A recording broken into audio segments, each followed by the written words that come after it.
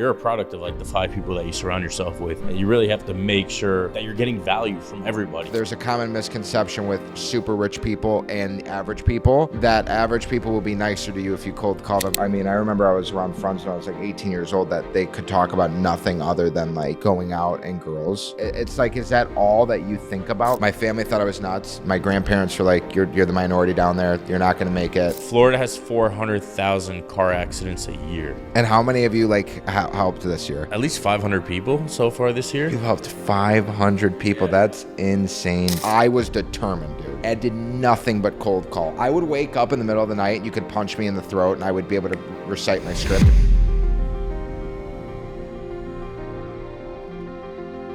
All right, guys, welcome to the Miami Injury Lawyer podcast.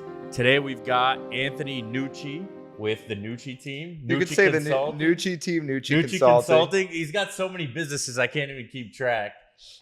What's your Instagram? Nucci Real Estate. At Nucci Real Estate. He's built a real estate empire, a coaching empire in a relatively short amount of time. And he's here to tell us his story, how he got started, what his future plans are, and how you guys can learn how to be like him and get his advice directly from him through his coaching business. Thanks for coming on the pod, bro. First of all, I mean, that is quite the introduction there. Empire in the making. We're not there yet. We're working on it though. We're getting there. Brick by brick. Brick by brick. I feel like I made a lot of stride happen in the last year and a half. Hell yeah. And I don't know where to really start or how you usually do. Dude, my first question is how did you start this whole thing? Yeah. From day one. So the real estate, I come from a family background of builders and developers. So my grandpa's a developer. Oh, okay. Back up even further, my great grandfather started a plastic injection molding company. You know those little plastic cars, not like Hot Wheels, but you could assemble them. Yes. I used to love those actually. No, so my great grandfather made one of those. I don't know if he sold it or patented it or something. Wow. He did well through that, and then in the 60s, 70s, my great grandfather started this company called Continental Plastics, which we did all the door panels, center consoles, and dashboards for the big three. And we had one business. We had 8 employees, one warehouse, 8 employees, and we did $6-7 million in revenue. Wow. My great grandfather is on his deathbed, tells my grandpa, "You got to run this shit. Holy shit. Take care." Can we swear? Yeah, you can curse. Okay. You can do it. You can say whatever the fuck you want. Okay, in that case. So my grandfather's all right, fine, I'll take it over. My grandpa knows nothing. At the time, dude, he's just a hardworking, we're old school Italians. We just learned how to do old underground, pipe work, laying cement and stuff like that and digging basements. So my grandpa's I don't know what I'm going to do, but I got to take care of the family. So he stepped away from his family business with his father. Was construction work. And my grandpa took over and within 10 years, he took it from an 8-figure business or a 5-figure business to 9 figures in revenue. We had over 100 million. Yeah, they were doing 100 million. Holy shit! And at the time, Barack Obama asked to speak at one of our warehouses. We had 8 of them. And we had 1,000 employees. I was so young at the time. Yeah. But they sold it in 06, 07 time frame. Your grandfather. My grandfather did, and he didn't make a super big killing, but he did well. But the crisis was kind of taking a toll on the business. So he stepped away from that. He bought a bunch of land and bought a golf course, just a shit beat down golf course. Where? For those that are familiar, in Clarkston, Michigan. Okay. Have you been to Michigan? No, I've never been to Michigan. No. Okay. All right. So I would say it's not. It'd be from here to Davie. Gotcha. Weston or something. Okay. And so it's just my mom and my uncle, the 2 kids. Yeah. My uncle took it over and started running it, but he bought a bunch of land around it and sold half of it off and started building on it. And so I started dude, my grandpa threw me in a bulldozer at 12 years old. Nice. Literally, do you know what back grading is? You get the bucket of the machine and you flatten the road and with the gravel and everything. So I would do that. Holy shit. Yeah, and then I was doing all the blue collar work. I was installing drywall, I was painting, cleaning up the dirt from all the other contractors. And then I saw some lady driving an Escalade with a Rolex and wearing a suit. And I'm like, "Grandpa, what the hell is she doing?" He's "She's the real estate agent." Oh, sure. So, and I think this is an important thing too, just because of the context and the merit of what you're trying to build here is this entrepreneurial thing. Correct. My dad wasn't really around at that time, like after the age of 10, he wasn't around. So I didn't really have anybody to teach me anything. Oh, wow. Yeah, my grandpa just taught me like work hard. Like that's all I've ever been told. So Yeah. I'm like, all right, dude, like I don't know where to start, but I'm getting my real estate license. I failed the thing 7 times. Really? How old were you? 20, 21. Okay. And you were in Miami at the time? Or No, I just still in Michigan. So I'm still in Michigan. Oh shit. So I had my license in Michigan first. Nice. And dude, for 6 months, like I was the man, right? Like in high school, I was the man. I would always have the parties. Everyone would always come to my house. Everyone knew me, the popular guy. And then like everyone was like, oh, Nucci's had his license for 3 months, hasn't sold shit. Nucci's had his license for 6 months, hasn't sold. And I'm like, dude, like, no, like I have to figure this out. So I actually hired a coach. That's why I believe in it so much. So I hired a coach, and he was like, look, you're going to cold call. And I'm like, no, dude, that's like so old school. Like, I don't need to do that. Yeah. They didn't want to hear it. Didn't want to do it. And I started doing it. And dude, like in that month, I got 1 million in listings. And at the time I'm 21. So that's like, if you translate 1 million, 3%, 30 grand gross, I'm like, I'm rich, dude. Like I don't have to listen to anybody's shit. Like I live at home. Yeah. And I told my girlfriend at the time I had like 5 grand in the bank. I'm like, listen, we're going to Fontainebleau, man. Like I got us. Like don't even worry about it. And it's funny, dude, but it kickstarted it. But then I went all over the place, and then I was like trying to do other things. I wanted to flip a house. I wanted to build houses. Yeah.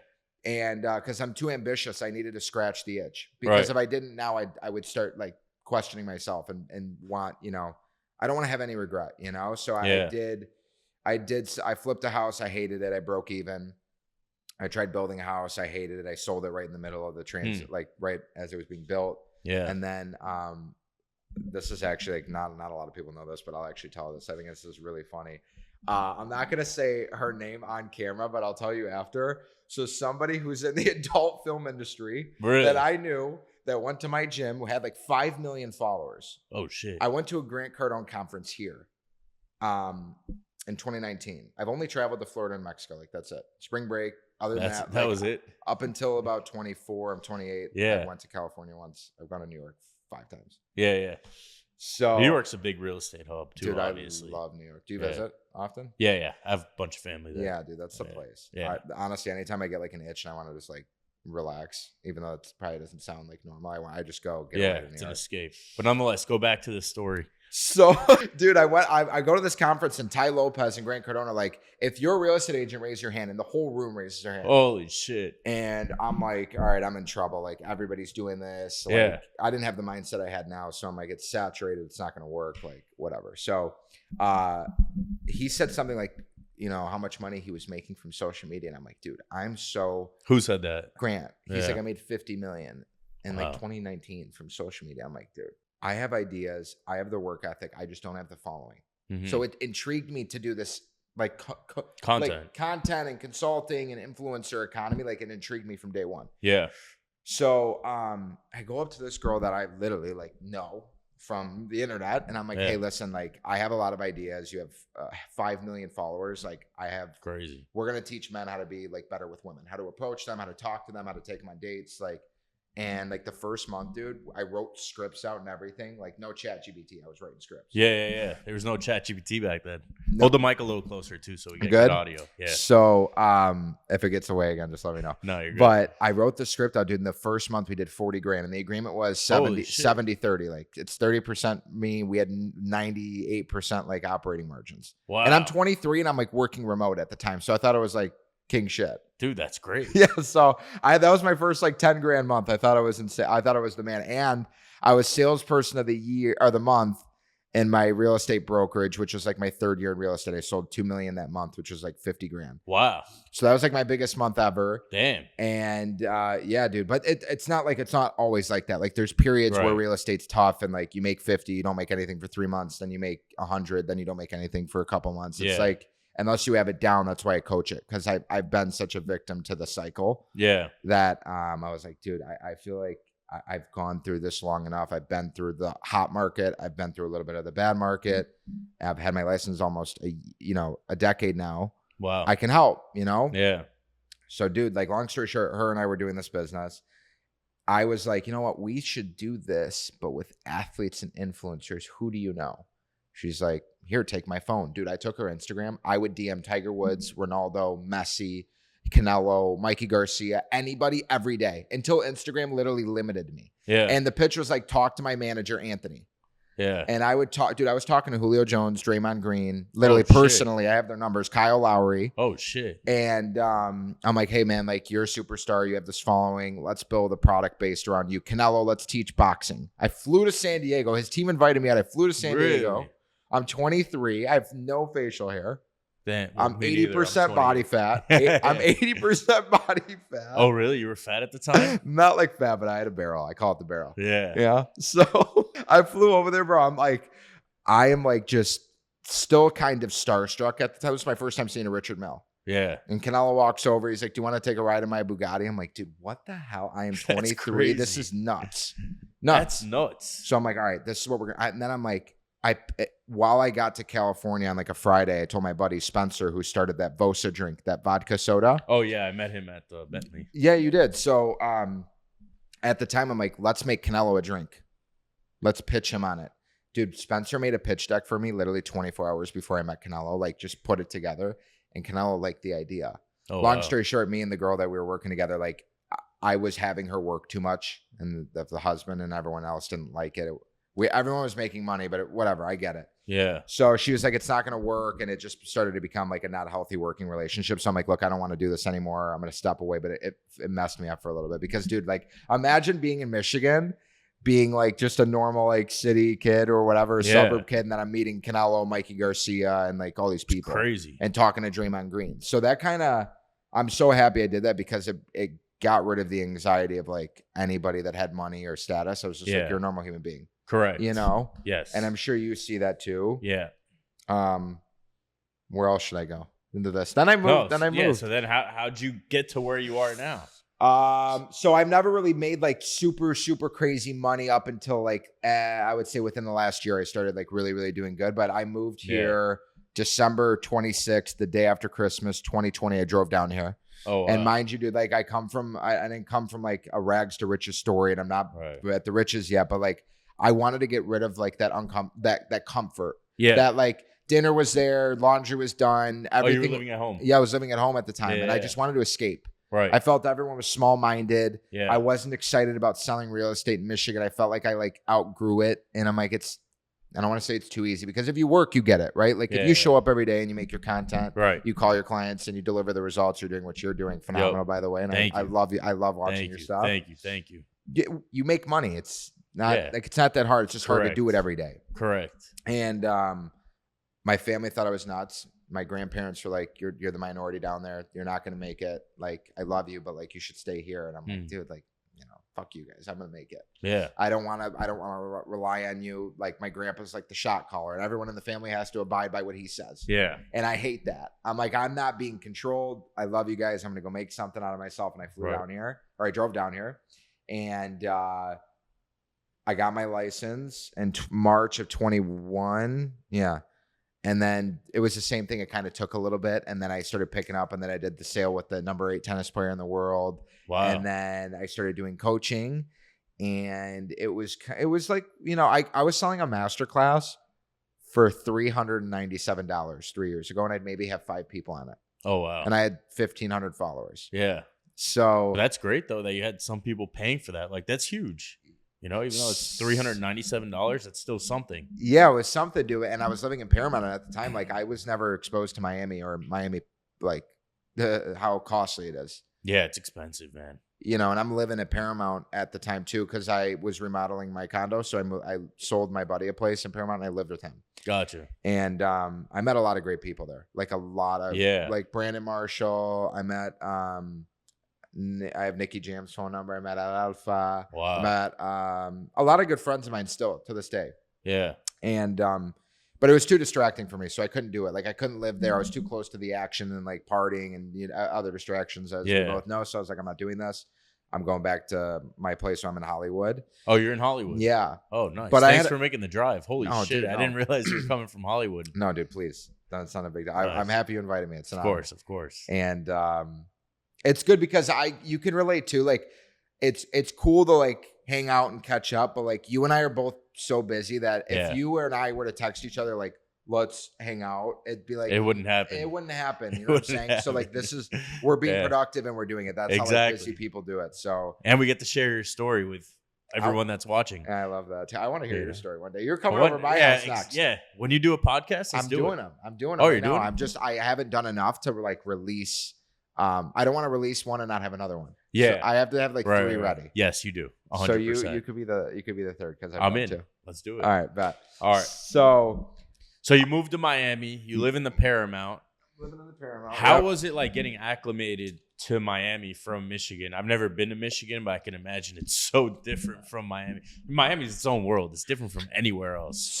So I was like, dude, I'm like petrified. Yeah. Like I have total anxiety. Like I'm like questioning everything. I'm like, dude, I don't know how to do laundry. Like I can't call my family. I don't want to call them. My mom's like very like has me in a bubble. Right. Yeah. Like, oh my God, you have a headache. Like go home and lay down. Like you'll be okay. Like why don't you come home? You don't have to do this. Yeah. You're Italian, right? Yeah. Italian. So I'm Jewish. I feel like Jews and Italians have very similar like family values. Yeah, they do. Like, honestly, dude, I jokingly say because my girlfriend's Jewish and everybody that I'm around is Jewish down here, even my team members. Yeah. I'm like, I'm Jewish by association. Yeah, now. you are. Literally by association. But yeah, dude. So I actually had a mentor, Jewish guy from New York. Okay. This big, bulky, like, fuck you, shut up, work, like construction guy who did about $2 billion in construction. And I was paying this guy like $20,000 a year, dude. For coaching. Oh, that was your coach. This guy, bro, I'm telling you, it was not even the knowledge. He just made me feel amazing. Yeah. Like he made me feel like unstoppable, on top of the world. Gave you the confidence. Gave me the confidence to call anybody, do anything. And I'm like, all right. So he's like, you should start coaching. And I'm like, bro, I'm not Grant Cardone yet. I can't coach. Yeah. I'm nobody yet. Like, you know, and he's like, you have imposter syndrome. Just do it. Dude, remember when COVID was originally or Bitcoin was originally at 60 grand during like what was that, 2021? Yeah. And Shiba and Doge and all that shit had a run. Blowing up. Yeah. Dude, he's like, why don't you start doing one-on-one coaching and charge $2,500? I started doing like $15,000 a month. Holy shit. Got a Range Rover, got a Cartier bracelet. Like I thought I was sick. Wow. Like I thought I was like, I made it, right? Yeah. Interest rates go up. Bitcoin goes to 16 grand and my 15,000 a month went to like 5. I'm still doing real estate, but it's like, you know, you only have so much energy and time in a day. So it's like I'm, you know, split in all directions. I didn't have the skill set of the following. I didn't have it like there yet. But yeah. So then I go back to square one. I'm having a midlife crisis again at 26 years old. I'm like, dude, how am I just 2 years ago meeting Canelo Alvarez and I'm making good money and then it stops and now I'm making good money again and then it stops. I'm like, I got to just commit to one thing. Right. So I go, I'm not doing coaching anymore. Putting it on the side. It's not done. Yeah. But it's temporarily on hold. Yep. I'm just building my real estate business. So I start. I got another coach, and because I really believe in it, it's more for me. I need direction. I need accountability. Yeah. Like I will. You can tell me what to do. I'll do it. But Right. if you just tell me, if I just have to do it on my own, I'm not. It's probably not going to get done as quickly as it should. Right. And so I go and I was on a top 25 team in the country. I told you. Yeah. And all they did was cold call. Like it was, you walked into the office and it was like, what are you doing? Cold call. And I was a coach before that. And I walked into the room with peers of mine, all my age, even younger. And they're like, Nucci, before we give you access to the cold calling software, we need to make sure you can practice. So they made me role play with a kid in front of all the guys. So like my ego is on the line here. Holy shit. And they're like, all right. I'm like, ring, ring. And the guy's like, yeah. I'm like, hey, Andreas, this is not interested. And I couldn't get past it. And dude, I'm telling you, it like humiliated me and it ruined me for like a day or a week. And and I'm like, dude, I'm the man. Like how the fuck is this happening? So I went home, bro. I literally paced in my living room. I made a commitment. I watched Patrick Bet-David and Grant Cardone's like, they said a thing like, don't have a girlfriend for a year, be celibate and just work and just read and work and not go outside. I wasn't quite that, but I was pretty close, honestly. And I was determined, dude. And did nothing but cold call. I would wake up in the middle of the night and you could punch me in the throat and I would be able to recite my script verbatim. Nice. I'd wake up in the shower and I'd be like, all right. So I cold called every single day for 2 months, nothing happened. Then 1 month I listed 10 million, another month I listed 10 million, and then I sold a third of it and I made 3% of $10 million. Wow. And I'm like, all right, dude, I used to TikTok live. This is where it blew up really. Last year, like July, I would go live on TikTok, Instagram, and Facebook like every morning. And I was cold calling, dude. So imagine this. If I'm getting hit and I don't know how to say it, or if I screw up or fuck up, like my whole, there's no coaching, there's no nothing. Right. And dude, like God took over, and he literally, I had the gift of gab. I got meeting after meeting. I got a listing appointment. I got another listing appointment. And I'm like, I go on my website. It's like deactivated, the coaching one. And I go, all right, guys, by the way, like I'm going to start coaching again. Like if you want help cold calling, like sign up. It's $700. Dude, 7 people bought in 3 minutes. Holy shit. So I'm like, all right, fuck, we're back. We're back. Yeah. Just never stop cold calling ever. That's crazy. And wait, can we backtrack just a minute? So Sure. Who are you cold calling? What are you asking them? Because, you know, I obviously know what cold calling is, but I don't know who the hell you're calling. So like basically, I could cold call this building, right? Let's say you, I don't know. I would just circle around the building and it would pull every owner, their name, the tax-paying address, and all the phone numbers and emails associated to it. Okay, gotcha. Because it's all on the property appraisal site. Yeah, it's just connected. It's connected to like PRD and like or public records. Gotcha. Sorry, okay. PRD, like public records and like the county. So gotcha. I would call homeowners that weren't even ready to sell. Really? That's called circle prospecting. Okay. So I would just be like, hey, Joey, it's Anthony. Like, do you still own 123 Main Street? And they, you know, you would say, yeah, what's this about? I'm just like, hey, there's been a ton of demand in the area recently. There's not much inventory. I was just calling to see if you had any thoughts or plans on selling in the near future. Gotcha. And no, I'm not. Okay, totally. I don't blame you. You live in a beautiful building. Is it okay if I keep you up to date with what's going on with any sales that might impact your current property value? And put them on an email and then call them every 3 months. And then how I met our good friend Neer was I called him at 7:45 in the morning. He was what we call an expired listing. So you had a contract with a real estate agent for, you know, a set amount of time, 3 to 6 months typically. Yeah. And if it doesn't sell, it pops back up and it's like a girl getting out of a relationship. The pictures of the man on Instagram are deleted and she's free. And everyone just goes and shoots their shot. So you have like at 7:45, I'm calling this guy and I'm like, you know how he is. You're good friends with him. Like he was sharp. Yeah. And he was asking me tough questions and I got a meeting with him and like, we haven't done business yet, but I believe we will just because I've been so persistent and followed up. But I literally just call him to say, hey, look, I seen the property came off the market. I just have 2 quick questions for you if you have 30 seconds. Yes, I do. Great. That was my first question. Second question is, you know, did it sell or is it still available? If you say, no, I don't have 30 seconds, I'm like, great, I'll be quicker than that. Yeah. I'm not interested. Would you be interested if you got $2 million? Would you be interested if you got the home sold in the next 60 days? Would that help your current situation? All I just like have all the lines down. Yeah. And dude, it's very simple math. Like if you have 100 people if you go up to 10 girls in Brickell, and I see you do content outside. Yeah. I don't think you ever have anybody say no to you, but I'm sure sometimes people. Most of the time they say no. Really? Yeah. 100%. People don't like being on camera. So, okay. Goes to show you. If you went up to 1 person, 2 people, and they said no, you'd be like, fuck, dude. Like, but if you realize in your head, if you go up to 10 to 20, mathematically, a guy goes up to 10 girls at a bar, mathematically, he will score. Yeah. It doesn't matter. So 100%. I just adopted that mindset. You could tell me to fuck off, you know, you're worthless. I had a lady tell me you should go drive Uber. Everyone's a real estate agent, like a seller. It's ridiculous. And I was just like, all right, you know, like that lady's having a bad day. I don't really care. Yeah. Like, I'm just going to carry on. And, you know, dude, it's crazy. Like you and I are friends and I'm here because of that. Thank you. Yeah. Yeah. Like, so that was the cold calling. That was, that's journey. Crazy. We're here because of that cold call. That's right. And because I followed up with Neer, even after he listed with someone else, which most agents don't do. They just say, oh, he listed with someone else. I'm done with him. Yeah. And then you had the event at the Bentley, just so people know. He had an event at the Bentley residence. Yep. He invited Neer invited me, and then we met. We stayed connected on social media. Yeah. Staying active on social media, guys. It's important that you continue to post stories, content, and everything so people see your shit.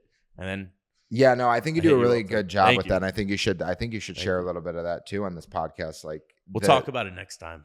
This is about you, bro. This is about you and real estate.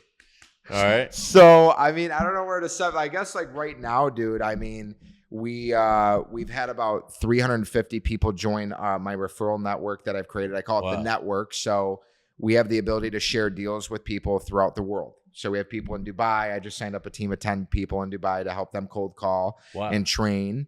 So embedded within that community is scripts, material, and I do a weekly Q&A with them. So Gotcha. We have 350 people, Dubai, UK, Europe, Canada, all parts of America. And that's a subscription basis? And that's a subscription base. But the biggest thing, if you're really like, those are for people that just kind of want to like put their foot in a little bit. They're not 100% committed, but if someone's interested, where can they sign up so you guys can go to nucciconsulting.com, or you can go to my Instagram profile at Nucci Real Estate. Okay. And you can apply. So it used to be like you can go online and just, sign up for coaching, and it's not like that anymore. You have to apply.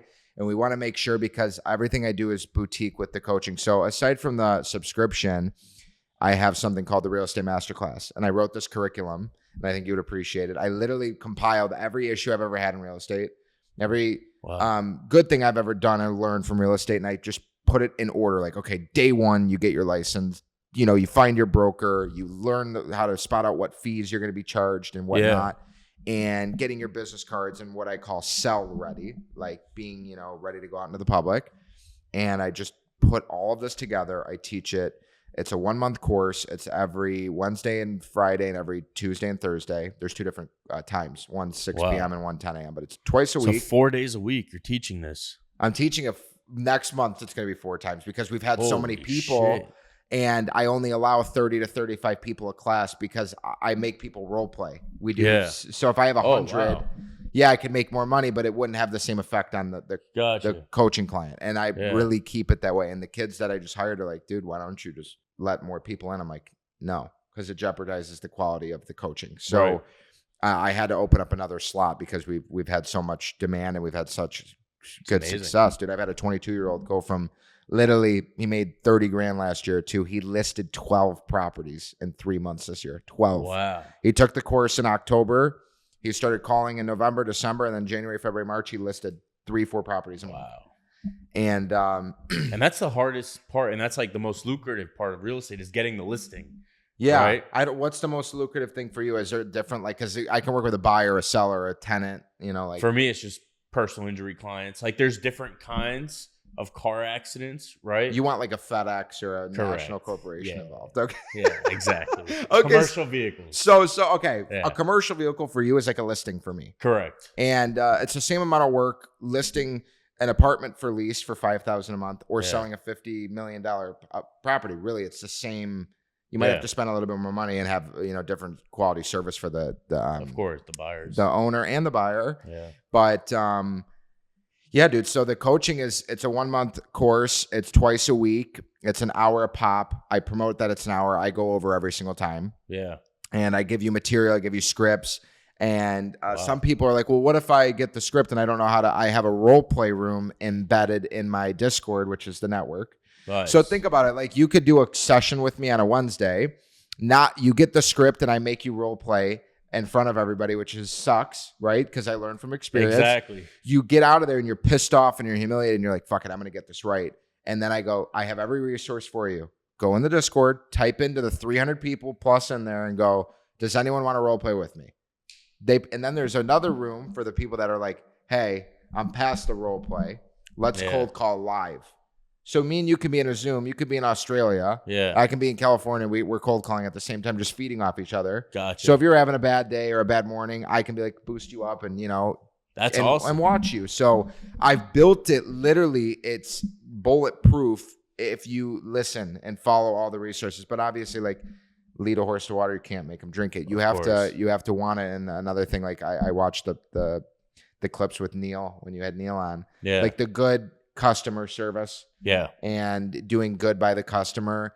Even if it, like, the other day I had to take money out of my own pocket on a deal because somebody made a mistake with paperwork on title. And instead of me even saying for $200, $300, I'm like, guys, we're not going to bother the seller with this. Just give it to me. And that person's given me like a ton of business over my life. 100%. Sometimes I'm sure, I don't know how that can translate to you, but sometimes you have to do stuff like that. No, it happens to me as well, without a doubt. Yeah. But I mean, that's really like the gist of the story, dude. From moving on, I just started a real estate team because I only have so much time in a day, right? Yeah. And I want to make sure that I want to go to a new level with real estate. I want to start targeting the ultra luxury like market, 10 million and up. And I have a lot of leads that I've built phenomenal relationships with over the last year, from $1 million to $5 million. And I'm not too good for any deal. I just sold something for 300 grand in Michigan, but I'm feeding my team members. I don't want 100. I want like 10 hustlers. And my goal with them is by next year to do 300 million as a team with 10 of us. Wow. And my goal is to also have over 500 people join the masterclass by the end of the year too, which is the real estate coaching portion. How many people are you at so far? For the year, 30 times, so 150 plus I would say like 220, because we were only doing 30 so a you're month. On track. Yeah. No, the 500 more. Oh, 500 500 from like now on. Okay, gotcha. Like we were talking about goals of like make $1 million by the end of the year. And you're like, no more. Yeah, no. So it would be like 750 for the year. Yeah. Yeah. 750 plus. That's great. Yeah. You make your classmates do it? I honestly, I make them do a lot of uncomfortable. Your students, I should say. Yeah, I make them do a lot of uncomfortable things, and I could tell. Like for example, I'll tell all of them to email me their goals by the end of a class, right? And only 5 of them do it. And to be honest, it's not for me to read them. Right. It's for you to write it down, and for me to see who I should spend more attention to, based off of like who wants it more. Because like the truth of the matter is, that's why I make you apply. Yeah. Because I know it sounds stupid and people are going to be like, that's bullshit. Like, instead of making 10,000 off coaching, I make 5, but everybody that is in there has a phenomenal experience because everyone's like-minded. Right. It'd be like me and you hanging out with people that literally have no goals and ambition at all. And you paid $1,000 to be around that. You'd be like, I don't know about this, dude. Like this, I mean, Nucci's good, but like his posse and the environment. I mean, you're a product of like the 5 people that you surround yourself with, you know, and you really 100%. Have to make sure who you're putting the time into and that you're getting value from everybody. Now, it doesn't have to be like monetary value, but if someone's just a good friend, that's their value. If someone brings you knowledge and business, that's their value to you, you know? No, 100%. But I think a lot of people end up spending time with people just because they've known them for a while, right? And even though those people don't. Well, how often do you see that like from high school, people that were dating for 10 years or friends that happen to be, friends for 10 years, like you start to outgrow each other mentally. Yeah. And you may not realize that. Like I mean, I remember I was around friends when I was like 18 years old that they could talk about nothing other than like going out and girls. Yeah. Which, I mean, I know we're all men here, but like, dude, like it's like, is that all that you think about? Right. Like there has to be something constructive in your mind. Correct. Other than like going out and drinking and just being, I'm not saying there's anything wrong with it, but after every weekend, every Friday and Saturday, it's like, I feel like you're running away from something at that point. There's something not right. Correct. But nonetheless, tell us about some of the biggest deals you've worked on. So, I mean, I just closed one for 2.8 in Eastern Shores, which it's not a huge number, but it was the most difficult. Like, dude, me and the seller were screaming at each other. Really? He tried to like screw me over. Okay. And he was threatening to like kick me off the contract. He was trying to sell it to his neighbor. And it was like a difficult deal. And I was able to get it done and sell it for more than 100 grand over asking price. Nice. Wow. Yeah. And then there's a couple, I don't want to like jinx it, but I just pitched something in Hibiscus Island for 15 million. And I pitched something for 59 million in the Gables. Wow. And so you got an appointment with the seller?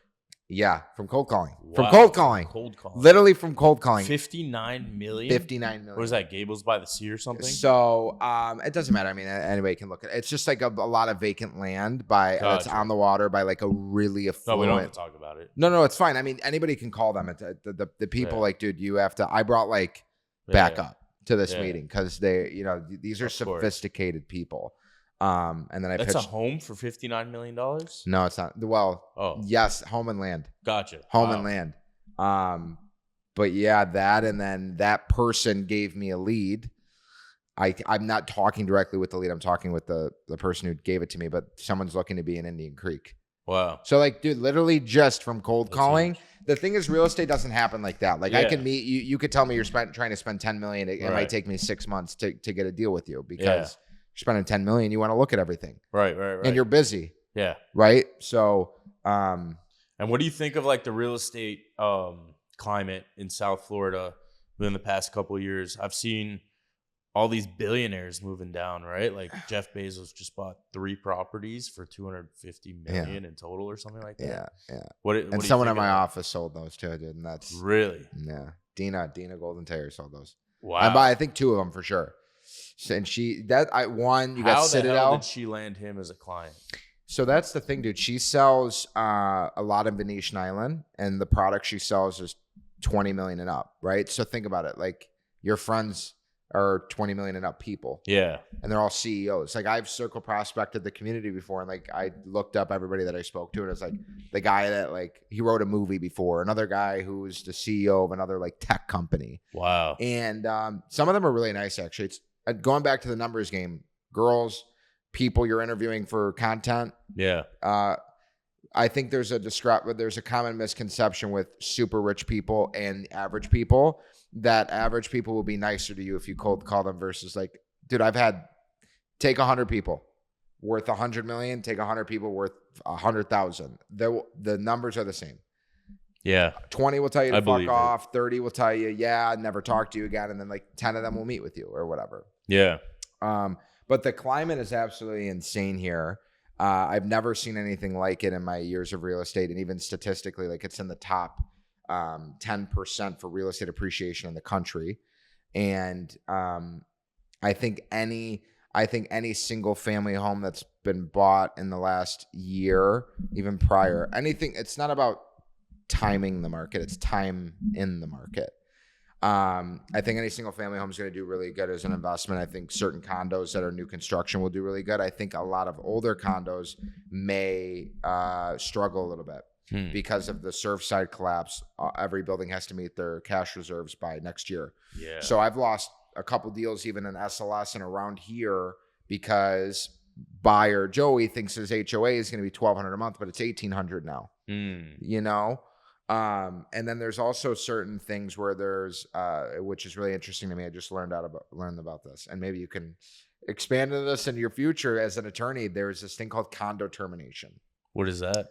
So basically in every building, even here, there's in the docs, there's a form or some verbiage that states that if 90% of the people agree to sell, you can, terminate and destroy the building essentially. Gotcha. So like older buildings, like that's what happened with like Rivage. There was a building in Bal Harbor there that was super old. The related group and other guys would call under different names and say, yeah, Joe, look, like I know you bought it for 400, I'll give you 800. And they got everyone to agree on paper. And then once they met that threshold of 85 to 90% or whatever the number is, it depends. It depends on the docs of the condo. Varies. And they get them to all suddenly tear down the building and then they build a brand new skyscraper. So it's like for a real estate agent, it would take you years to do it. Yeah. But if you can get a piece of all the sales, even like a minute, like small number, and be able to tell the developer, like the related group, like, hey, look what I did. Yeah. Let me represent whatever you're building here. It could be a 10-year thing, but it could literally change your life. So it's something that I've thought about, but it's you get it too. It's like you can only do so many things at once. Yeah. I just think it's intriguing. Yeah, that is interesting. Yeah. So you could hypothetically get every single or 80 to 90% of the residents. What do you need them to sign? Just like a listing agreement, or it's basically like a purchase agreement. So you're just going to agree that, I don't know, at a number. Yeah. And there'll be different like brackets and, thresholds, and they're like, let's say right now on what is the day? June 17th, 2024, we're going to give you $1 million. We know you paid $300 for it. We'll give you $1 million. And if we don't pay it by 2026, we can renegotiate the terms. Gotcha. So that's kind of how that goes. Yeah. It's kind of weird. It's smart though. Makes sense. Yeah. Because I've seen some very old buildings in like Bell Harbor, Sunny Isles. Like, dude, what are these buildings doing here? No, they're terrible. But the thing is, like, a lot of them are probably under condo reserves too. So you can't, they're probably under contract with a related or an agent appointed or assigned to go after stuff like that. What do you think of all these new buildings going up in Brickell? I think Mercedes, Dolce & Gabbana. Yeah, we got so many new projects. We got every car building going up. Aston Martin's. Aston Martin's sick. Aston Martin's sick. Pretty much, right? Yeah, Aston Martin, it's like $2,800 a foot, dude. That's $2,800. nuts. Doesn't make sense. Yeah, it's crazy. I don't honestly, it's insane to me, but I mean, like people have it. So Do you think that those prices are going to stabilize or come down with all of this? Because it's supply and demand. it is With supply and all demand. the supply going up, Yeah. do you think that demand is going to go down? I think eventually, like we're seeing it right now, like prices are not going up as much as we would like to see, but we also like 2 years ago, dude, the price of rent went up 40%. Wow. So if you were paying $10,000 a month, it went to $14,000. That's not sustainable, and we saw that this year. Rents kind of came down a little bit. Also, another thing as far as value and supply and demand, like for example, like if Jeff Bezos bought a property for 70 million, if you say that 70 million, It's crazy. and the guy that had it before him 5 years ago paid 40, It's nuts. what can he sell it for next? But then like you see all of this big money. I'm talking like the biggest money ever. Like Citadel comes down. Yeah. Ken Griffin comes down. He's going to build a $150 million building. Right down the street. Yeah, right down the street. He's got 1,500 employees. You got to imagine 100 of them can afford $10 to $20 million properties. Yeah. So they're flooding into the Gables and the Grove. And I think massive big corporations are going to keep coming here because the lifestyle and tax friendly and governmental environment. Yeah. But at the same time, I mean, dude, it's got to slow down a little bit because it's like, dude, at Rivage, it's $4,000 a foot. That's when I came in here. I was like, my numbers were skewed for a second because I'm like, what's a Rivage? So Rivage is a project that Douglas Elliman's actually representing in Ball Harbor. It's very boutique. Is that who you're with, Douglas Elliman? Yeah, I'm with Douglas Elliman. Okay. And it's so like, dude, if you were paying for 1,000 square foot apartment, which they don't even have, you'd pay $4 million for that. That's crazy. Like the minimum's $8 million, and by the time you start adding stuff and like you think in $8 your million countertops, for a 2,000 square foot apartment. yeah. And if you want to make your countertops a little thicker, you want to have a waterfall, Yeah. you want to, dude, anything. You want automatic curtains and you want them to do it, like, yeah, Jeez. yeah, no, it's ridiculous. That's so nuts. but that's how they justify. That's how they justify doing the condo reserves and overpaying for every unit to get them to agree. It's just like at that point, like even Bentley and St. Regis and Sunny Isles, like they're $2,200, $2,300 a foot. Aquilina. What does Bentley start at? You could probably 5 or 6 million. Wow. St. Regis is probably around the same. It went down a little, no? No. Was it always the same? Yeah, it's 6 What was to 8. I mean, Bentley originally, dude, you could get into 4, the 4 or 5 range at one point. Really? Like I have an old email like 2 years ago. Wow. But now they're Douglas Elliman actually stepped into that project to help with sales. Gotcha. Too. What else? And you could if you buy these condos pre-construction. Yeah. How does that structure usually work?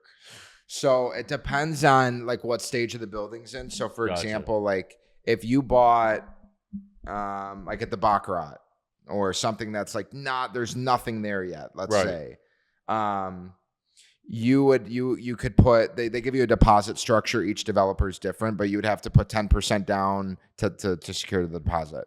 50% down when they break ground, another 20% when they get to the 20th floor, and then when they complete the building, you complete the rest. But real estate agents, dude, if you sell a new construction building, guess how much you get paid on a percentage basis? 2%? 6%. 6%. 6%. Holy shit! So if I sold something at Bentley, for $8 million, it's pretty much selling like a $16 million. Wow. You're Yeah, getting dude. both sides. It's like you're getting both sides. Of the Yes. deal. But when do you get paid that commission? It'll drip out as you, like if you were my client, like if you did 4 deposits, I would get paid 4 times. Gotcha. But sometimes they give it to you. It depends on like. On how they structure it. Yeah.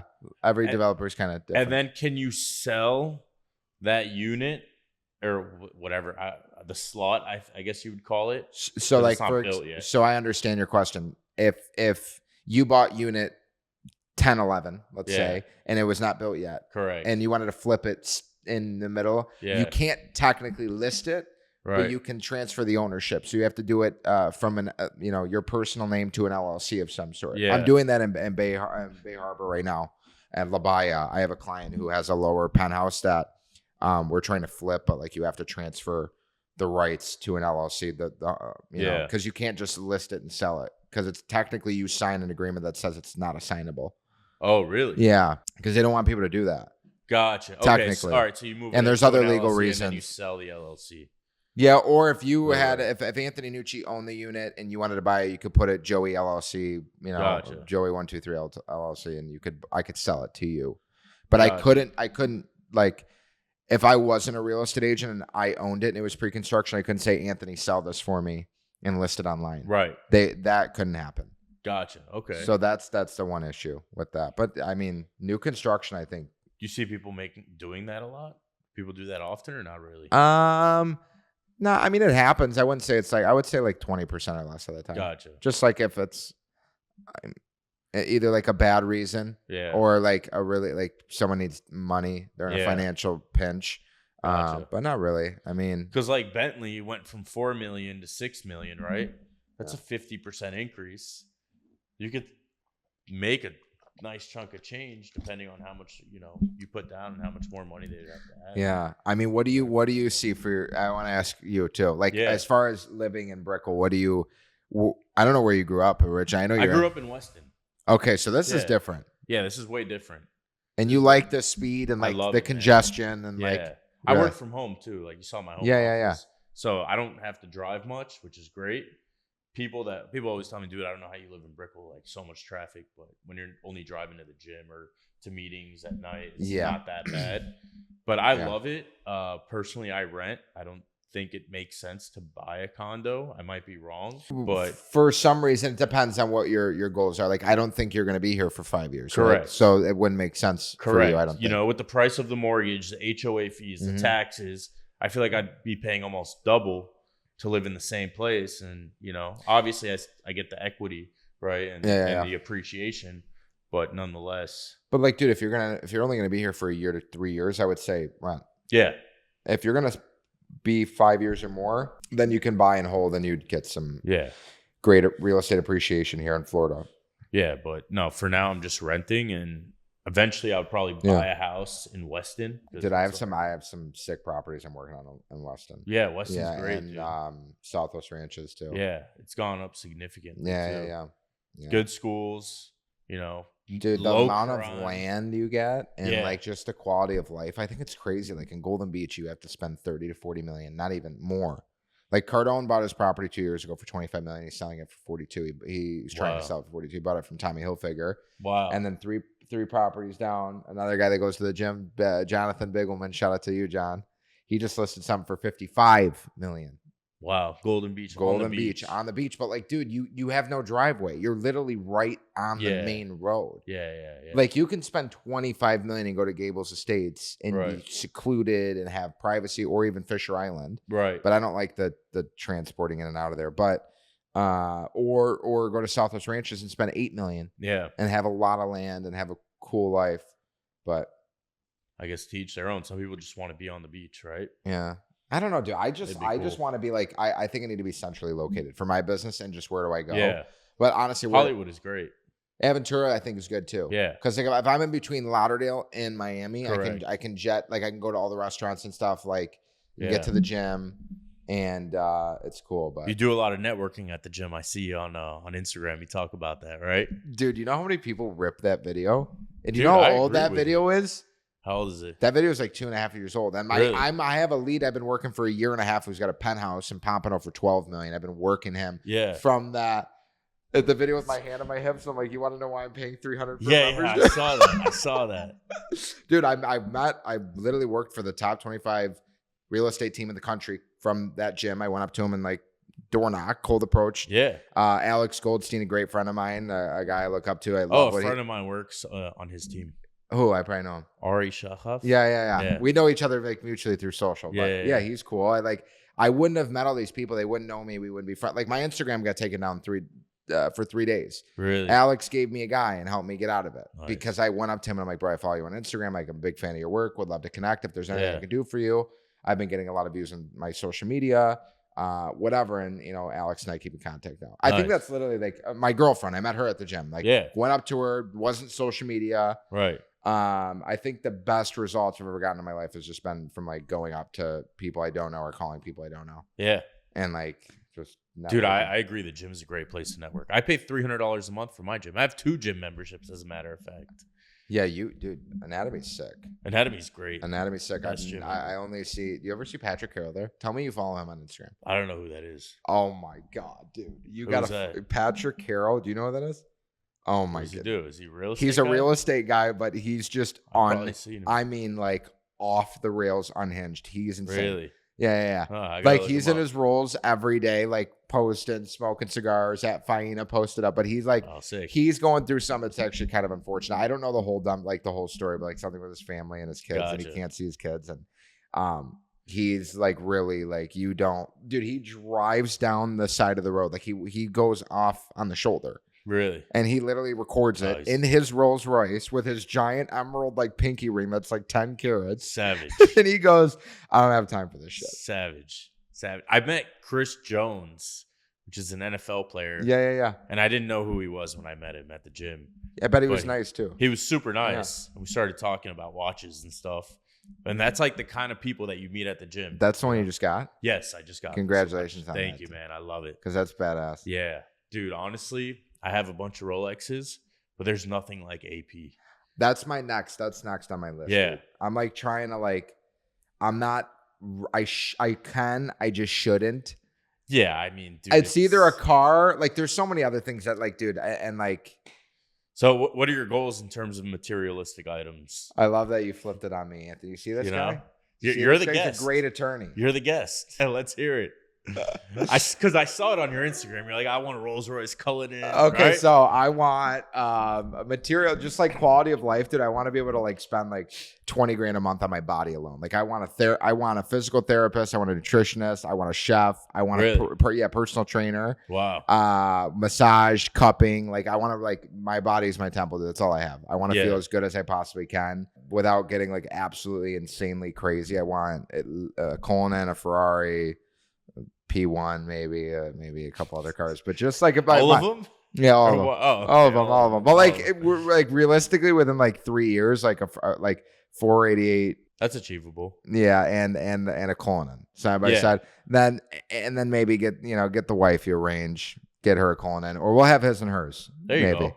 Whatever. If it's a Cullinan or a range, it's not about the money. I actually love the new autobiography range, the gold. Yeah, it's sick. That's sick. And then I like New York. I want a place in New York. I want a place here. I love the Aquilina. I love Armani.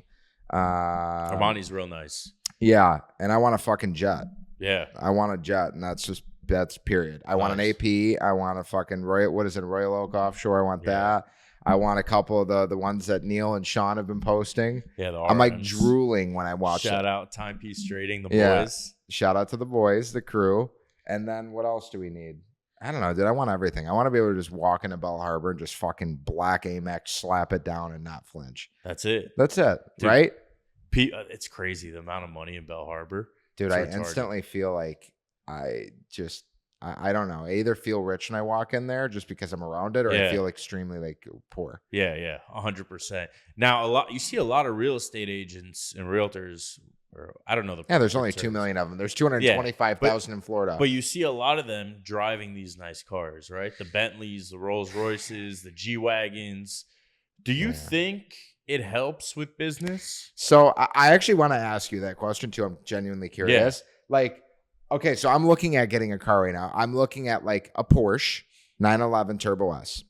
That's a sick car. That's a sick car. And then I'm looking at like a Urus, right? And then I go in my head, if I pulled up to a meeting in a Lambo, even if it's the same price, do I look like a prick versus pulling up in a Porsche because it's like classier? I feel like, even though it's the same price. I think it depends on the client, maybe. No. I think it depends on you and the reason you're getting the car. Are you getting the Lambo just because it's a Lambo? Or are you getting the Lambo because you genuinely love Lamborghinis? And if you pull up to the meeting in a Lambo and the other guy's a car guy and you don't know shit about the car, you kind of look like an idiot. Yeah, right. That's true. I just went on a meeting the other day. The guy's like, not to cut you off. He's like, I want to go with the other guy. He pulled up in a Maserati and he had a suit on. And I'm like, what has he sold? And half of what I've sold. And he's like, I thought that demonstrated success. I mean, a Maserati, you get a Ghibli for like 40 grand nowadays. Maserati is not very impressive. Well, I mean, so I'm like, but that made me think. I'm like, all right, I'm getting the Porsche. So yeah, I think it does help with branding. Like, you can't pull up in a rinky dink. You don't need a Ferrari, but correct. I think like pull up in a nice, like, dude, you can get away with a nice Benz or Beamer and like clean it up and dress professionally. I mean, some of these, I was going to go back to what you were saying. A lot of these agents are robbing Peter to pay Paul. Yeah. There's no way, dude. You know, there's more real estate agents here than in New York. There's 202,000. Wow. There's 225,000 here. Wow. Yeah. Yeah. I mean, you think a lot of it is just all show bullshit. Like, yeah, dude. I know. Like, I'm not going to name like personal. Like, like people that are like 30, 40 years old that have had their license for 10 years that are like selling their cars and they fall off the grid. It's tough, man. It's a tough industry just because you have so much competition. But I think there's competition in anything, you know. In my industry, in real estate, obviously you have a lot more, but nonetheless, there's a ton of real estate to sell, right? So, bro, it's out. That's what I was thinking about a question that might be asked when I walked up here, and I'm like, saturation of the market. It's like, dude, unless we're 1950, everything is saturated. Yeah, everything's saturated. Yeah. Restaurants, your business, 100%. Real estate agents. I would say there's an unhealthy amount of real estate agents, but the market chops them up and spits them out. And because how many of them are really practicing, right, and are active? No. Not many. No, not many. Not many. What do you see in your industry? Like, how many people are like personal injury lawyers? I don't know. That's a good question. I've never checked. How long have you been a personal injury lawyer? 4 years. I've had the firm 3.5 years. And how was the first year for you? First year was tough. Yeah. You know, first year. So how did you get your first, like, I don't know, momentum? Like, not just one deal where you got like consistent, like, good month after good month after good month. I think it comes with time and consistency. Yeah. You know, posting on social media, going to the networking events. You would attest a lot of your success to social? Oh, a good amount. I think it helps keep you top of mind. Give me like a ballpark, like, percentage wise. So 17,000 personal injury firms. And that's not even like, who knows how many lawyers, like, I don't know what's the average. Average I looked it up. 5 lawyers. I looked it up. Isn't Florida? No. The amount of attorneys, car accidents per state, isn't Florida number 3 or 2? California and Texas or something. Yeah. Florida has 400,000 car accidents a year. So, and how many of you like helped this year? How many cases? Oh, this because, dude, I feel like you post $100,000 fucking case every day. Are you recycling his content, Anthony? No. The fuck is this guy? That's me. I post the settlements. We signed. We probably helped about at least 500 people so far this year. You've helped 500 people. Yeah. That's insane, dude. At least, yeah. Good for you. Yeah. Good for you. That's crazy. So we're 6 months in. So what you're doing? How many is that a week? 20, 15? Yeah, about 15, 20 people. Yeah. What? Yeah. I have all my settlements on my. Oh, dude, I'm telling you, I have everything's on my whiteboard or on a computer or spreadsheet. Like, I'm like neurotic about that. Yeah, I mean, you gotta have it right in front of your face, right? Like, I'm all about the numbers and the data. Fuck you know, you have to be in business. Have to, like, dude. If you're not paying attention to it, it's gonna get away from you. Yeah, 100%. If like, there's a saying I heard, like, if you want something to die, like, don't give it attention. Like a plant flower, you stop watering it, it's gonna die. 100%. How are we on time? Are you good? I'm good on time. How long has it been? I think it's been over an hour. It's been an hour? I'm good on time. Are you good on time? Yeah, we're good. We're good. Dude, our last podcast went to like almost midnight. We started late as hell, but nonetheless. Wow, how long was Neil's? Neil's was like an hour. It wasn't that long. Yeah. It got chopped down.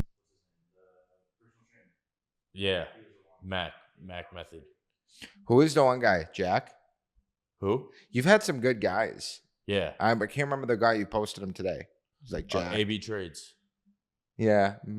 Wait. What's his first name? Oh, you're talking about Spencer. Spencer. Oh, Spencer's a G. So talking about like spending money on your body, Spencer goes to this place called Biohacks. Okay. I don't know how much he spends, but it's a significant amount of money, and they give you like all these supplements. You should look into it. Yeah. Shout out Biohacks. I've never used you guys, but Spencer says good things. No, yeah, definitely, dude. It's so important because, like, dude, if you feel like nothing makes me more mad than when I don't feel good. If I don't get a good night's rest. Yeah, we had to reschedule because you weren't feeling well. I wasn't feeling that well either, and I agree dude, with you. Like, I woke up. So, like, I made a video, like, just to, like, be out there, but I was literally in bed drinking coffee, and it did nothing to me. Yeah. Like, I was like, There's no way. And like the next day it got a little worse. So like Sunday was bad. Monday I was like, I'm not risking it. Yeah. And I had on and off a fever that day. I'm like, dude, we can wait a week. Yeah. And then I think by Thursday I felt great. Yeah. Wasn't that? That was last week or 2 weeks ago. I don't know. I think it was 2 weeks ago. Yeah, I think 2 weeks ago. But nonetheless, let's say someone's watching this and they just got their real estate license. Yeah. In addition to joining the Nucci masterclass, because that's probably the first thing they should be doing. First things first. What are some tips that you have for them, like general tips? So one, I would start with, I mean, in no specific order. One, I'd go on your social media and like clean up all the old unprofessional photos. Right. Two, I would get a list of everybody that you know in your family, your cousins, your aunts, your uncles, their friends. Yeah. Anybody that you've seen at a Christmas party, a family party, Hanukkah, whatever it is. I don't care what you celebrate. You know them. If your family has a small mom and pop shop, get a list of all the vendors, any email, any data, and put it together on like a sheet and call everybody and let them know you have your real estate license. That'd be number one. And then also identify the 3 or 4 areas where you're going to like farm. I call it, like if I wanted to farm Brickell, I would pick 4 buildings. I would study how many units are in there, when it was constructed, who developed it, interior designers, architects, whatever. Get the price per square foot. And I would start like, well, then you have to learn how to cold call. That's where like the coaching and everything comes into place, and other things that you don't, because you don't know what you don't know. Yeah. And then, get a nice Ferragamo belt, get some nice shoes, and clean up your closet a little bit. Get some aloe. Right? Dude, do they sponsor you at this They point? should. God, how much money do you spend with this? Dude, I'm the guy that like, I'll be like, oh, sign up for 50% off. And then they text me yesterday, like a Jimmy Butler in a fit. And I'm like, I don't know. I'm probably spending like $2,000 a month on aloe right now. I'm averaging I thought it was more. You think it was more? I thought it was more. I don't wear aloe. I've been to their store. It's fucking nice. I'm just super cheap when it comes to that. I'm like, I watch you and I'm like, listen, if there's one guy that spends a good amount of money, it's you. I like to spend money on watches, I spend my money on cars, and food. Bro, you have a fucking booth at Komodo. You have a fucking booth. Dude, I walk in there, I know the whole staff, I know everybody. I've gotten business from it too. Really? Yeah. Makoto's my spot. Hillstone great. is my go-to. Houston's Hill. Yeah. You're looking for me, I'll be at Bell Harbor at Hillstone. Yeah, great spots. For sure. Great spots. Here's the reason I got in. Are you serious? Dude, every time I go, I'm like, is it fucking Friday again? I'm like, no, it's Tuesday night. Like he wants the fucking duck. What's your go-to there? I like their sushi. I'm not gonna lie. See, I'm not a big sushi. Their duck kind of sucks. Yeah. There's Hutong in Brickell, which is way better duck. Hutong. It's very low key Chinese spot. Okay. Very high end. The sushi in Komodo is great. Their steak is great. Honestly, yeah. I like Komodo way more than Gecko, and then I also go to Delilah a lot. Another spot. Delilah, dude, those chicken tenders. Wow. My girl took me there for my birthday for my first time. Yeah, dude, amazing. When was your birthday? March 16th. Nice, man. Happy birthday. Thank you. We're getting there. When's your birthday, Anthony? Are you kidding me? Yeah, kings are born in March, dude. When's your birthday? June 10th. June 10th? Oh, yeah. A week ago today, yeah. Happy belated. Thanks, man. I think I wish you happy birthday. Yeah, you did. Yeah, I'm on the list. You did. You did. Fucker. Really? Yeah, dude. But, Delilah's great. I think a tip for any entrepreneur is any restaurant you frequent, if the people there don't know what the hell you do, you're doing a bad job. Dude, I met a guy today that I met from Makoto. He was wearing a Richard Mille and like studded Louboutins, and his girl had 6 Cartier fully bust down bracelets. It's crazy. And I told my girl, I'm like, I gotta talk to this guy somehow. Yeah. Dude, I talked to this guy because a dog walked in the restaurant. Whatever. I don't care. I started talking to him. I just met him today. Nice. I met him 2 weeks ago. I met him today. Great. He's got a Bugatti. He's buying a Pagani. He's got 2 RMs. Who is this guy? He's a venture capital guy. He sold a startup in his 20s, and like, dude, he was giving. Is he big on social? He is. I'll send you his profile. I mean, you guys can look him up. His name is Bill Niebusch. I don't know, BUS. Oh, I've never heard of him. Yeah, he's sold like 20 companies. Wow. And he's working on a social media platform right now too, which like I would explain more. I just don't know. I don't want to pitch it in properly because I don't know enough. But yeah, dude, I was like, fuck, and this guy was the coolest guy ever. Wow. And it's like, yeah, dude, I talk to everybody. Every time I go to Hillstone, everybody, all the bartenders, even the valet at Bell Harbor, they know me. And they follow me. They're like, I seen your video. Yep. on TikTok. I made a video at Bell Harbor that went viral one time. Yeah, that's And great. I was calling it Bell Harbor because I was new to Florida. Same shit. Bell Harbor, Ball Harbor. I'm like, dude, it's Bell, it's Ball. Say whatever the fuck I want to say. Shut up. And then when it comes to cold calling, let's go back to real estate. What are your top tips on cold calling? One, be fearless. Yeah. Be fearless because you don't know the other person. They don't know you, and you're never going to, after that phone call ends, it's done. Like they're never going to think about you. You're never going to think about them. That's true. Two, it is a numbers game. Strictly a numbers game. 3, you need to know what the hell you're going to say. So be prepared, role play, practice before. And also, like, I mean, another tip is like just realize that it's going to take you a long time to get to like a base level of, not a long time, but it might take you a couple months to get to like a foundational level where you can calculate how long it'll take you to get meetings and consistently. Like I know if I call for 2.5 hours, I'm going on a meeting for sure. And I know if I, call for 10 hours, I'll set 5 or 6 meetings. I know 2 of them will cancel. I know 2 of them will be, crazy, and I might get one. That's just the math on that. So that's my tips on that. So you're still sitting on the phone for 10 hours straight? No, not anymore. I don't have I literally don't have the time to do it anymore. But I do a lot of following up because I have like 500 people on my database. Gotcha. My day is more so like I'll wake up, I'll cold call. What does your day consist of? Yeah, the day is like this, dude. I used to be like you, I'd get up at 5 a.m. But now it's like, with the wifey and the way my life is now, it's not like So what do you do now? You wake up? So wake up at like 6:37. And coffee, sit down in my chair by 7:30, 7:45. I cold call from 7:45 to like 9. And then I'll go to the gym. If I have the master class that starts at 10, so I'll do the master class, shower, eat, and then I do my follow-ups from like 12 to 1:30. And then there's always other shit that you have to be reactive to, like offers and negotiating and stuff like that. I do that. And then I will, from like 3 to 5, I like to circle prospect, like just farm a building and call, or I usually always have a meeting, and I do my meetings in the afternoon, and then I'll probably work till like 7 every day at least. Nice. And then sometimes I'll end a little bit early, and I'll take my girl out to dinner or something a couple times a week because I feel like I work so much. That's why I try and spend time with her when I'm working because she'll help me willingly, or like Does she do real estate too? She actually has her license, but she doesn't practice. Okay. And she, dude, like I'll be cold calling and she'll be like organizing my closet and cleaning the house. And like, great. I have a deal with her because I can't speak Spanish. She speaks 5 languages. Oh, wow. She speaks Hebrew, Russian, Spanish, Portuguese, English. So like, wow. Nice. Yeah. So she handles those clients. Yeah, she handles those clients, and people love her because she's good cop, I'm bad cop. Yeah. So that's that. And then that's usually the day. Sometimes like if I go to the gym 4 times a week, I'm happy. I usually go like twice during the week and then like twice on the weekend. Nice. And that's usually the day. That's great. How about you? What's your day right now? Wake up early, go to the gym. What time?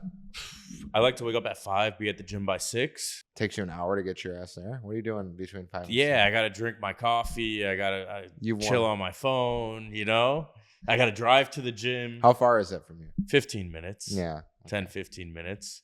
And then get back at like 8, shower, get ready, or just, go in the office. And then crank it out. Crank it out all day in the office. Phone calls. So paperwork. Is your, like my morning consists of like attacking to go get hunting for business? Like is that kind of the same, or are you more reactive? Like you have so much business coming in, you just have to handle it and service it. So it depends. It's mostly like it's just settling cases and following up with new clients. That's it. And talking to clients that have significant developments in their case. And that's it. Like okay. My team will set my calls for me. Beautiful. That I have to make. And then I have that on my calendar. And when I'm not doing that, I'm working on demand letters and negotiations. Talking about negotiations, you handle a lot of negotiations, right? Like in sales and in selling and buying. What do you think the biggest, like, your tip would be for? I was going to ask you that. I would say, like, dude, always hedging yourself, right? Like, if I know, for example, I have a listing right now in Michigan, and the house needs a lot of work. And the seller's a handyman, and he's willing to fix a lot of it. And the buyer offered it's $400,000 is what we're asking for the house. It literally, if it's a past client, they've called me. I'm like, I'm not going to say no to it. It's not that hard to like list a property and sell it. So, I got an offer for $375, And I went back to the seller and I said, look, I think the house is worth 385. Honestly, I think if you get anywhere near that, you should be pretty happy. But they're like, okay, listen, we would take 380. But I go, okay, fine. Just because I know that doesn't mean I'm going to go back and say it's 380. I told the lady, my seller, what's his name's the handyman. Would you guys fix a couple of those things? They're like, gladly. I'm like, all right, make a list of 10 things that you're going to fix. And they did, because there was like 15 things. Stupid shit. Yeah. And I go, all right, remove 5, because we're going to keep that in our back pocket. Right. And she's like, what do you mean? I'm like, just listen, please. This is why you hired me. We're going to tell them you're going to complete 10 things, and we want $7,200, $7,250. And if they say yes, great, we're going to do it. If they say no, we're going to say, all right, we'll do these 5 other things that you were already willing to do. Yeah. So I feel like if you hedge expectations, like if I tell the buyer's agent, look, like there's no way they're taking less than 385. Yeah. And I get them to 382. I look like a superstar to the buyer, but right. I have to fight for the seller. So I don't really care unless I'm on the buy side, then I'm going to rip the listing agent. Correct. Off.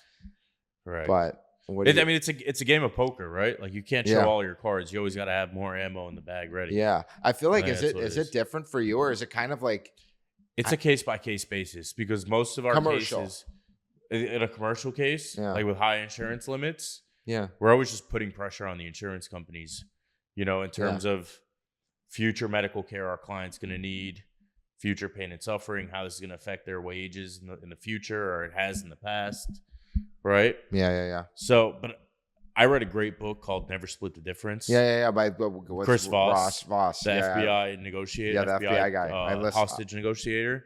And he has this thing called mirroring that I've used a lot. Yeah. Where you basically repeat like the last couple of words to whatever your opposing party is saying. Yeah. Right. So it makes them elaborate more.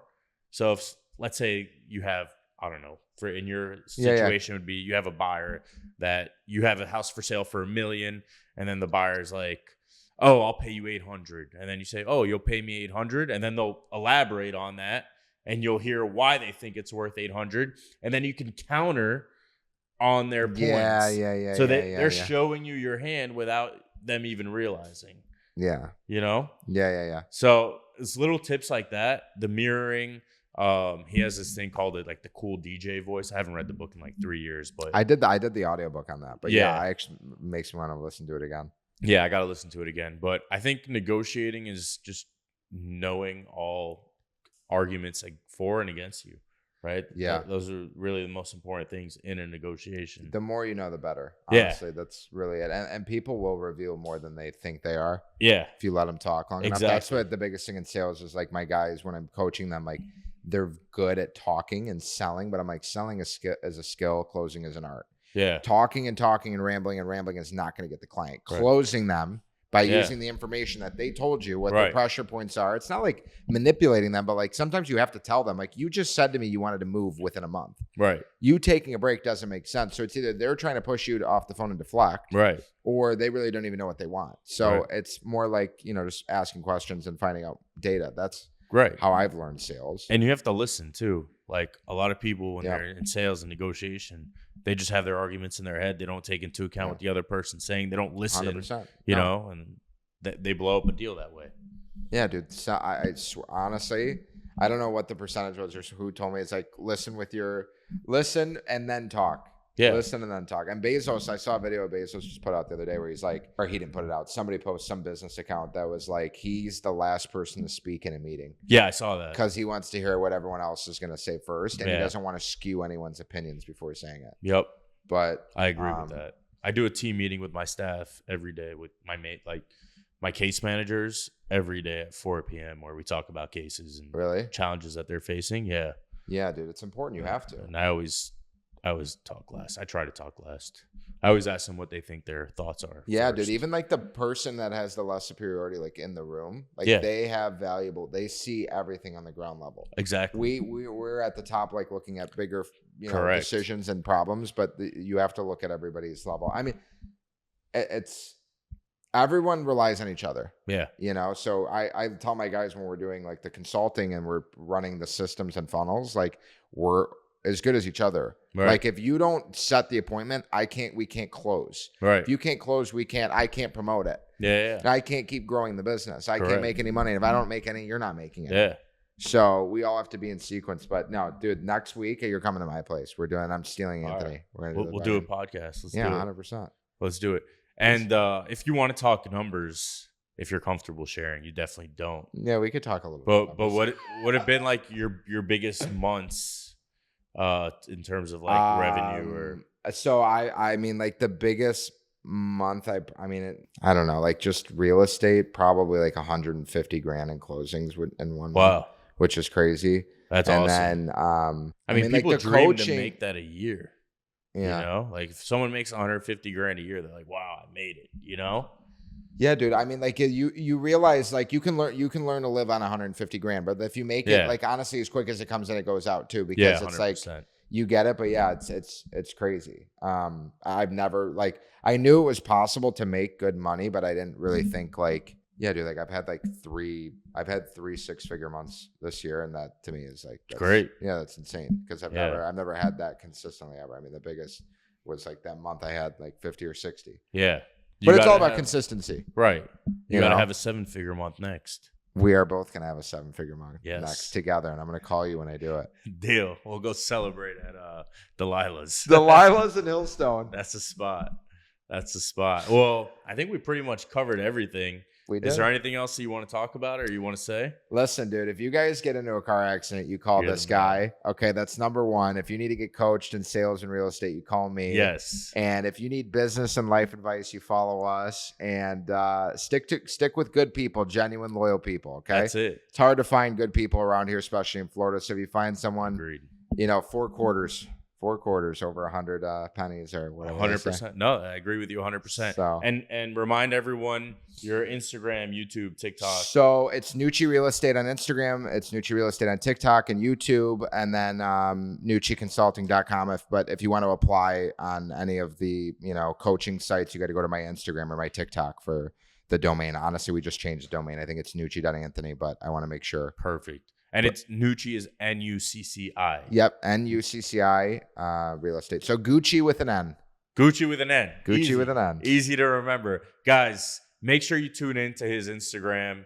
It's fucking awesome. He's very active on it. He'll post every day. You post live like videos of you cold calling people. Sometimes I try and be funny. Yeah, you'll see his daily life, him at the gym, him with his girlfriend. It's cool stuff. You guys get to see his lifestyle.